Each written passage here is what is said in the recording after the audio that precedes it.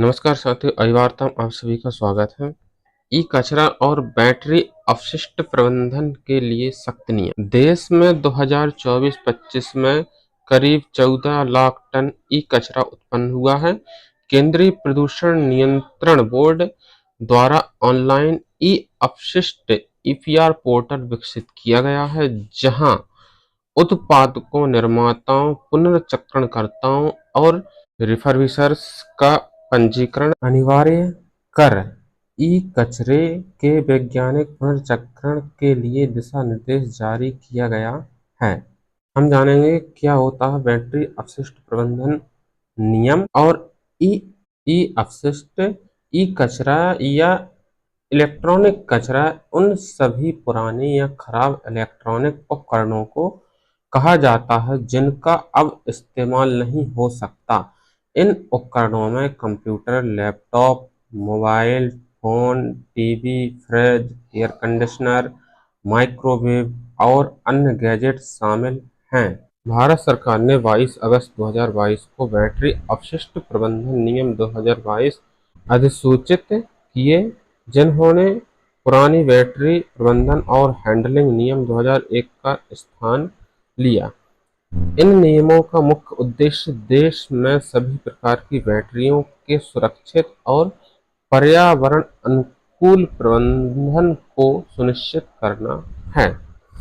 इन नियमों की कुछ प्रमुख विशेषताएं इस प्रकार हैं।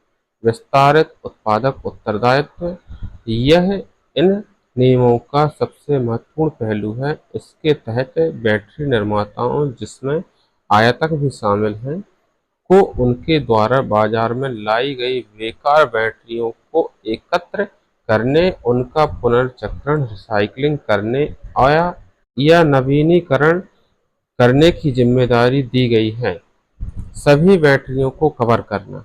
ये नियम सिर्फ कुछ प्रकार की बैटरियों तक सीमित नहीं है। इनमें इलेक्ट्रिक वाहन बैटरियां, पोर्टेबल बैटरियां, ऑटोमोटिव बैटरियां और औद्योगिक बैटरियां शामिल हैं। लैंडफिलिंग और भस्मीकरण पर प्रतिबंध।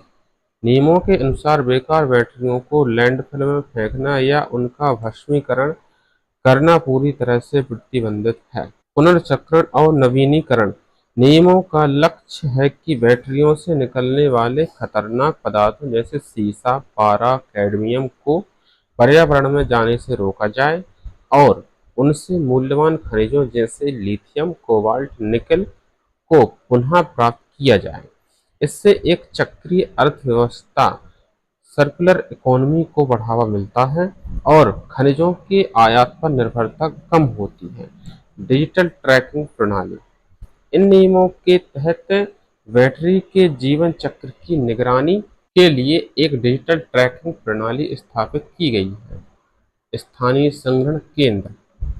नियमों के प्रभावी कार्यान्वयन के लिए ग्रामीण और शहरी क्षेत्रों में स्थानीय संग्रहण केंद्र स्थापित करने का प्रावधान है। पर्यावरणीय क्षतिपूर्ति।